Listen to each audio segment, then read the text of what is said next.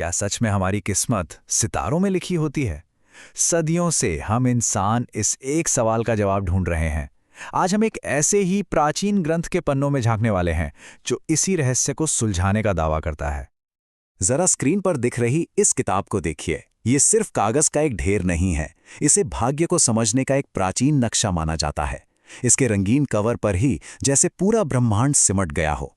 चक्कर काटते ग्रह, रहस्यमयी राशियां और बीच में वो एक जटिल कुंडली जो किसी की पूरी जिंदगी की कहानी बताने का वादा करती है।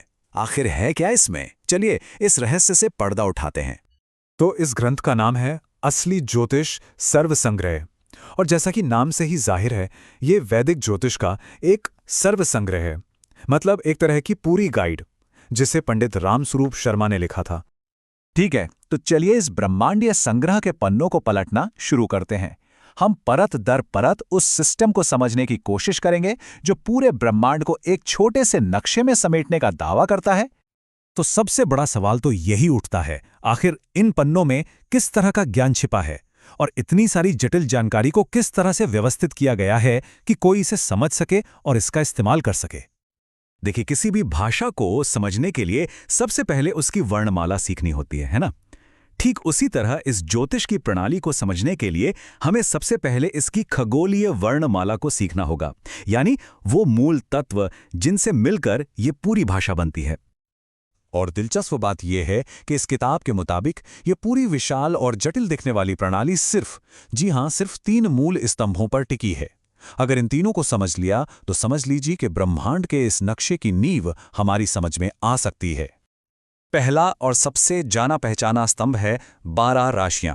जैसा कि हम यहां देख सकते हैं, मेष से लेकर मीन तक ये 12 राशियां सिर्फ कैलेंडर के निशान नहीं हैं, बल्कि इस खगोलीय पहेली का पहला और सबसे जरूरी हिस्सा है। हर राशि आकाश के एक खास हिस्से को दर्शाती है और अपने साथ एक अलग तरह की ऊर्जा लेकर आती है।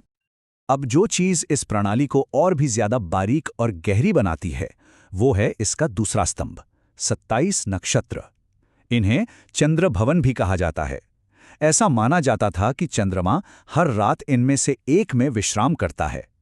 जैसा कि इस टेबल में दिख रहा है, हर नक्षत्र का न केवल अपना एक नाम है, बल्कि उसका एक शासक देवता भी है, जो इसके विश्लेषण में एक और रहस्यमयी परत जोड़ देता है। और इस वर्णमाला का दूसरा और आखिरी स्तंभ है नवग्रह, यानी 9 शक्तिशाली खगोलीय पिंड। इस किताब में हर ग्रह को एक जीवित इकाई की तरह देखा गया है, जिसकी अपनी एक पर्सनैलिटी है, अपनी खासियतें हैं। जरा देखिए, यहाँ तक कि हर ग्रह का अपना एक रंग भी बताया गया है, जो उसके स्वभाव को दिखाता है। जैसे मंगल का वो जोशीला लाल, गुरु का ज्ञान वाला पीला और शनि का वो रहस्यमयी काला रंग। ठीक है, तो अब हमारे पास ये वर्णमाला तो आ गई, राशियां, नक्षत्र और ग्रह। लेकिन सवाल ये है कि इन अलग अलग अक्षरों को जोड़कर एक मतलब की कहानी कैसे बनती है? ये सब मिलकर किसी इंसान की जिंदगी के बारे में कुछ बताते कैसे हैं? चलिए अब देखते हैं कि इन खगोलीय अक्षरों से किसी की किस्मत की कहानी लिखी कैसे जाती है। अब हम जानेंगे कि इन सभी टुकड़ों को जोड़कर किसी का निजी ब्रह्मांडीय नक्शा यानी जन्म कुंडली कैसे तैयार होती है। इन सभी तत्वों को मिलाकर जो चीज बनती है वो है ये एक जन्म कुंडली। असल में ये किसी के जन्म के समय आकाश का एक स्नैपशॉट है, एक यूनिक कॉस्मिक ब्लूप्रिंट जो बस उस एक पल के लिए ही बना होता है। तो जन्म कुंडली आखिर है क्या?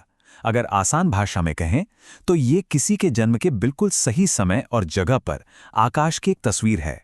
और यही तस्वीर ज्योतिष के विश्लेषण के लिए सबसे बुनियादी और सबसे शक्तिशाली औजार है। सारी गणनाएं और भविष्यवाणियां इसी एक ब्रह्मांडीय चित्र पर आधारित होती हैं। अब जरा इस नक्शे की बनावट को देखिए। ये चार्ट 12 हिस्सों में बटा होता है, जिन्हें भाव या घर कहते हैं। और ये सिर्फ लाइनें खींचकर बनाए गए हिस्से नहीं है। हर भाव जिंदगी के एक अलग पहलू को दिखाता है। जैसे पहला घर तनु यानी शरीर और व्यक्तित्व का, दूसरा घर धन का, तो चौथा घर सुख और परिवार का। इस तरह ये कुंडली जिंदगी के हर पहलू का एक खाका बन जाती है। नक्शा तो बन गया, पर इसे पढ़ा कैसे जाए? इस हिस्से में हम ज्योतिष के सबसे रहस्यमयी पहलू में उतरेंगे कि कैसे इस एब्स्ट्रैक्ट चार्ट से किसी की जिंदगी की डिटेल में भविष्यवाणियां की जाती हैं। यकीन मानिए, ये इस पूरी प्रक्रिया का सबसे दिलचस्प हिस्सा है। देखिए, इसकी व्याख्या का आधार यह है कि इन 12 भावों में कौन सा ग्रह कहाँ बैठा है और उनके आपसी रिश्ते कैसे हैं।